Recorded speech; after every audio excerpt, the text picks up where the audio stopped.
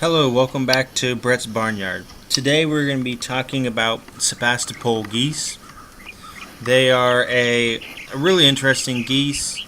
Um, these actually are mine here at the farm, and they're a very lightweight goose. They only range anywhere from like 10 to 14 pounds.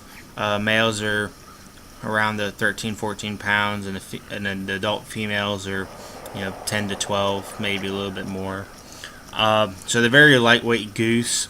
So their main uh, purpose historically was for their feathers, for down, for bedding and whatnot. And currently, their main purpose is more of a ornamental goose, or I use them here at the farm for weeding. They kind of help with parasite management, and so they're really interesting goose. They're very low egg producers as well. So like for ducks, you have a lot of the lighter weight ducks are actually really good egg layers, and then the heavier ducks uh, lay less eggs. Whereas geese, it's kind of just very depending on the breed. These are very lightweight geese, but they don't uh, lay a lot of eggs. They only lay around 20 to 35 is the generally accepted range. Um, thing you have to worry about nowadays is fertility. A lot of Sebastopol geese are very closely related, especially if you're buying geese local from a local breeder, and then you try and buy, uh, some more geese from another local breeder. Well, there's definitely a good chance that they might be very closely related. So you might actually need to buy geese from another state or somewhere else farther away, so that you don't inbreed your geese. Another thing to mention is they are descended from the eastern gray lag goose, just like a lot of the others. So you can cross them with other geese. You can get some other neat color patterns if you were to cross them, or if you wanted to put more weight onto them, whatnot. So there is that.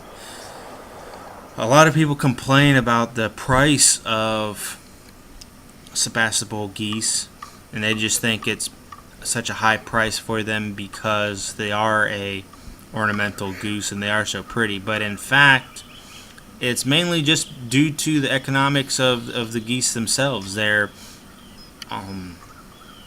don't lay as many eggs compared to others, and then they have a very low hatch rate, generally due to inbreeding. They're just so much related to them, each other normally. They have a high mortality rate in the egg, and so they have a lot of fertility issues. And so you might hatch your whole batch of say you get 30 eggs for the whole entire season from one hen or one goose, and if you get four goslings to hatch out of 30, well, you're going to want to be compensated for that. And then there again, a lot of people are after adult pairs or trios, and so feeding them up and selling them for that way takes a lot of time and energy and feed. So those are kind of a lot of the things I've noticed in my area. It could be different elsewhere, but those people that are wondering about the price, it's generally the breeding and management factors, and not because there's some designer breed that people want to make a fortune off of. They've been around for quite a while, and it's just more the low numbers of them, and it's hard for them to produce. So Anyways, they're a really great goose. They do well with other animals. I raise mine, obviously, like I mentioned before, with sheep. They do well with goats. They do well with other breeds of geese. They're pretty decent with poultry as well. So it's like chickens and turkeys and other things. So they're a very good goose to have on the farm. And they don't fly that well.